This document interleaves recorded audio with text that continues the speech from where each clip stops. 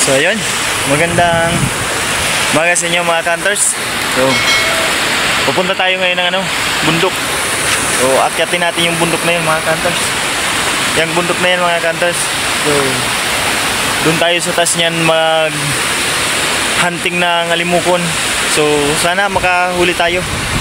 At para pag di masayang yung pag-akyat natin sa bundok mga hunters. Na yan. Yung ilog na yan mga hunters ang tatawirin natin. Tsaka paakyat doon sa bundok na yun mga hunters. Yung bundok na yun mga hunters, yung may parang kulay orange na yun bulaklak mga hunters. Doon tayo pupwesto sa taas na yun. So ayun mga hunters, so doon na lang tayo sa bundok magkita-kita. Yo! What's up mga hunters? So nandito ako ngayon sa bundok. Nasa taas tayo ngayon ng bundok. So dito ako maglalagay. Galing tayo kanina dun sa sa ilog. So nakakyat na ako ng bundok. Nandito na tayo sa taas. Pero hindi pa to sa masyadong tuktok. Subukan kong doon ko isasabit mga hunters. Doon sa taas na yun. Doon.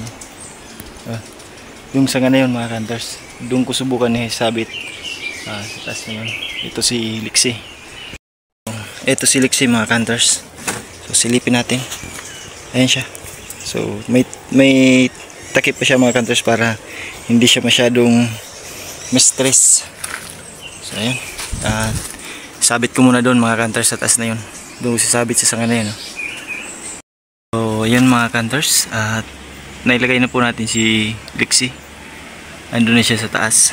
So gumawa nga pala tayo mga hunters ng trap na panghuli natin ng alimukon kasi naawa ko sa alimukon pag nahuli pagka pulot gamit mga hunters.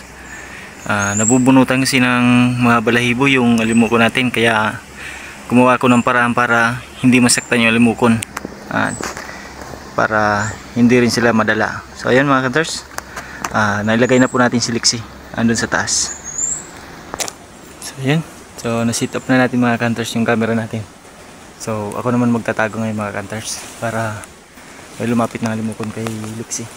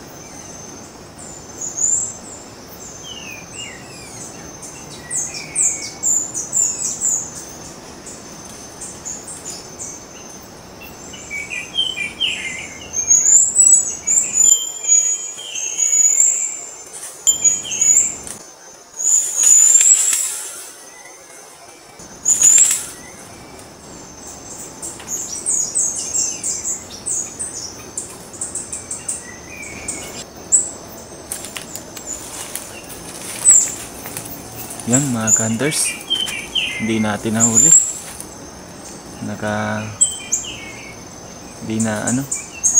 Hindi nahuli sa trap natin mga ka-hunters. Mali yung apak. Mailap talaga yung alpas na lumapit mga ka-hunters. Tagal nating naghintay. Sumara siya pero hindi nahuli yung alpas. Kasi sumabit sa dahon mga ka-hunters. Mali yung side ng trap natin. Okay. So uwi na tayo mga ka-hunters. Kahapon na. So balik na lang tayo sa susunod. Yung mga ka-hunters. So di natin nahuli. Nakalabas sa trap. Pagpitik nung trap natin, nakalusot siya sa taas. Kaya hindi natin nahuli yung alpas. Okay lang. Kahit di natin nahuli, so balikan na lang natin mga ka-hunters sa susunod na araw. Ito na yung katihan natin. Dala ko na. Hapon na kasi mga ka-hunters, kaya uwi na ako. So balik na lang tayo sa susunod. Ayan mga ka-hunters, lalakad muna ako pababa.